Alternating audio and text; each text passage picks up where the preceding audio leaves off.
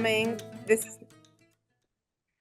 Thanks for joining us for the topic of how to earn and keep a seat at the table. I'm Stacey Piper, the founder of Piper Strategies.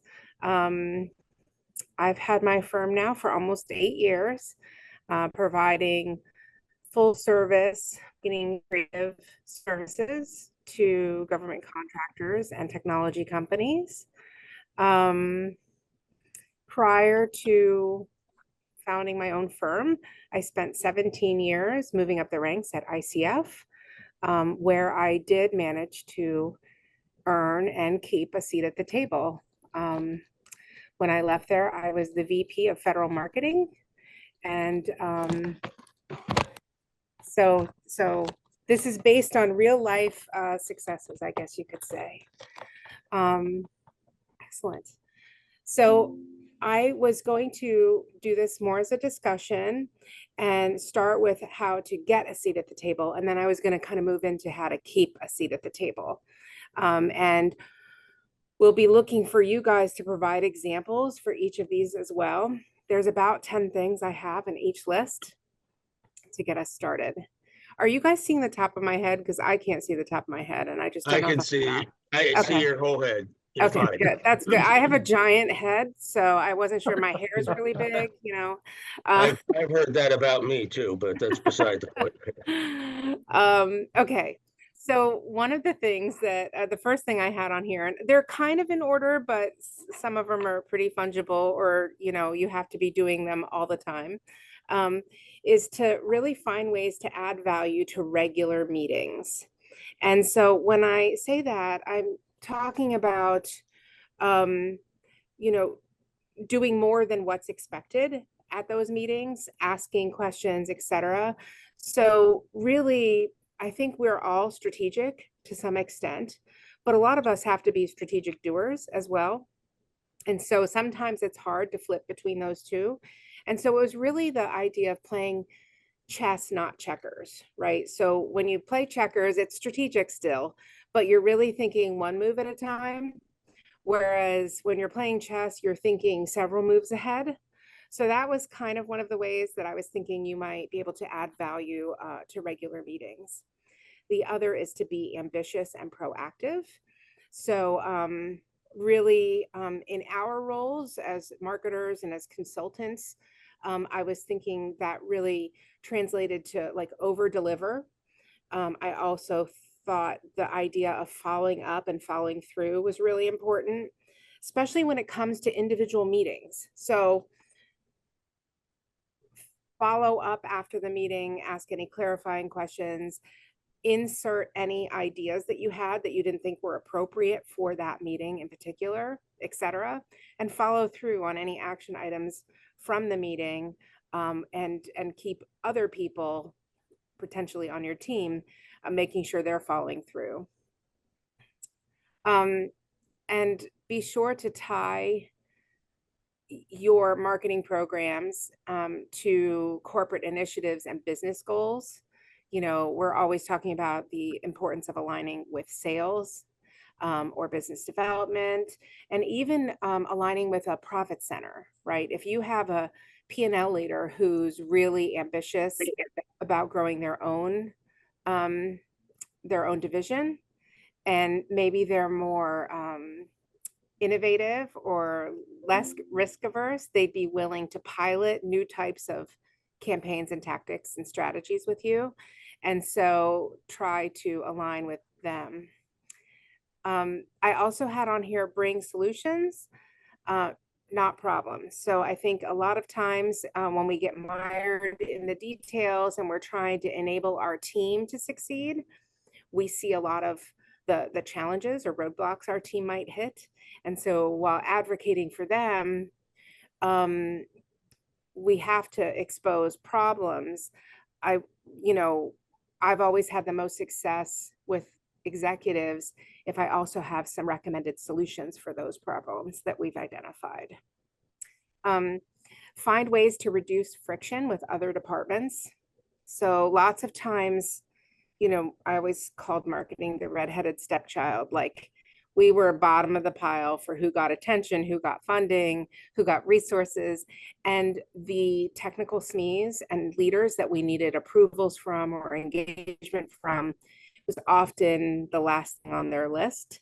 And so if you can find ways to get things done quicker, easier, without as much involvement from some of those folks that you're looking for that approval from, and you reduced friction, that can make you a hero in their eyes.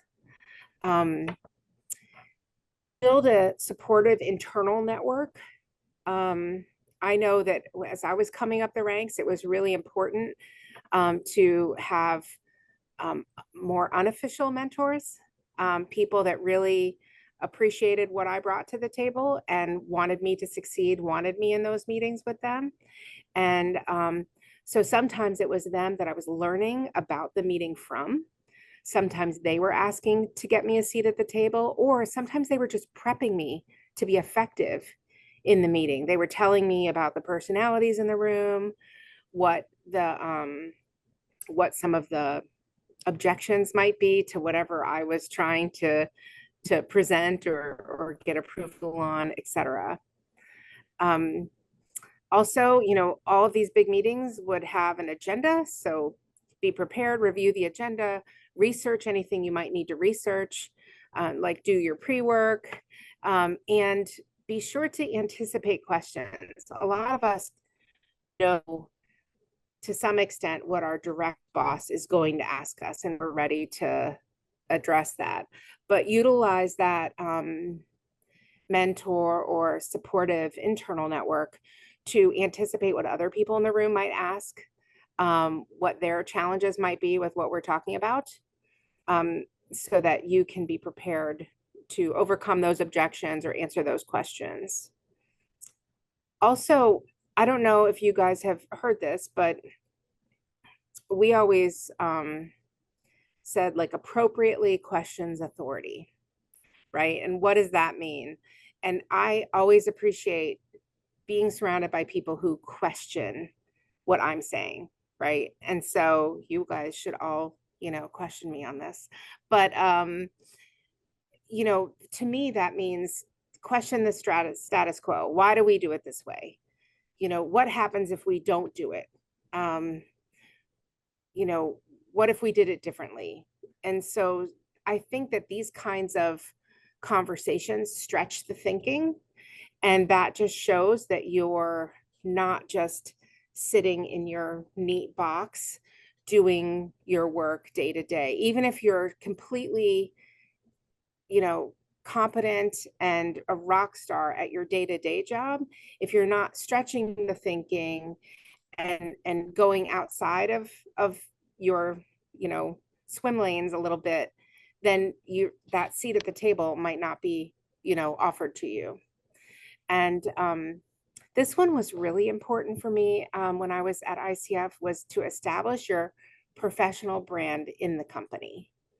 And so when I was positioning myself for that pivotal promotion from senior director to VP, I started looking at all the other VPs to see what they were doing differently from what I was doing, right? And so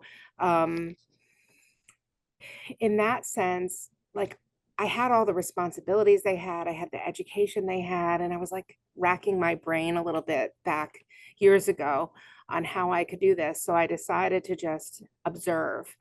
And what I noticed in that organization was those people were publishing and speaking, and they were serving on boards of nonprofits. And those were some of the things that they were doing in their professional lives that made them get seen differently. Because I had been in there for 17 years. I had been in there since I was in my young 20s.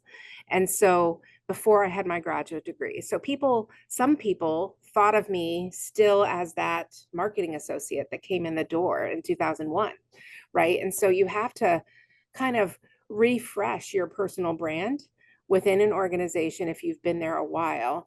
And so I started even just with blogging on our internal portals. When we first got SharePoint, we had a blog functionality. And eventually I started my own blog. even prior to starting Piper Strategies. Um, I asked, my vendors if I could. I told them I wanted to present or I wanted to publish, and then the opportunities started presenting themselves. My first publishing was co-publishing. My first presentation was sitting on a panel of Mark Hausman's, who was a vendor of ours. And so just kind of, they say like put it out there in the universe, and things start happening. If you articulate what your goals are and what you're trying to achieve, sometimes then those opportunities find you. So those were some of the how to get a seat at the table. The last one was just ask for the seat, ask to be in the meeting, and then prove your worth once you're there. Especially getting the sales BD capture, I found was one of the most important tables to be at, to inform me and my marketing strategies. So before we move on to how to keep a seat, are there any of those that specifically resonated with you? Were there examples where, yes, that was the difference that you can share with people, etc.? When I was mentoring, I only mentored women, um, intentionally, because most all of the women that I mentored were brighter than me, and I was mentoring them so they would stand out, so they would start to claim that personal brand that they had already earned, but weren't clearly enunciating. So when you say ambitious and proactive, the pushback I got from some was, you know, guys hate that in women, and it's true. They don't hate it; they're threatened by it. Um, I call it insufficient body parts for gender recognition, but guys are that way. So how did you deal with that at ICF, or did you have to Oh, deal with it at ICF? I absolutely had to deal with it. But you know what? It wasn't with the top executives that I was trying to get a seat with. It was with my more immediate supervisor.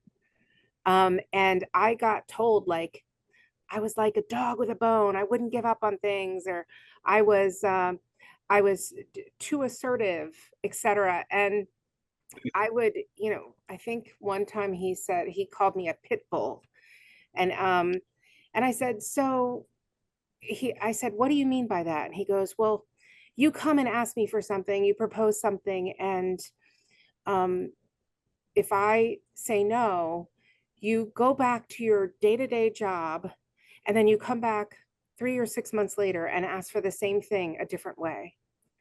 And I'm like, okay, and what's the problem with that?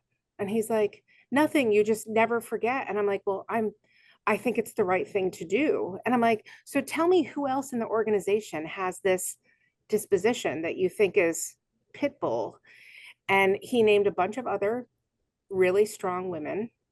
And I was like, you know what? I'm okay with that. If that's who you think I'm like, these two other ladies who I admire, then have at it. And ultimately, he was not, my direct supervisor was not the one who put me up for the VP promotion.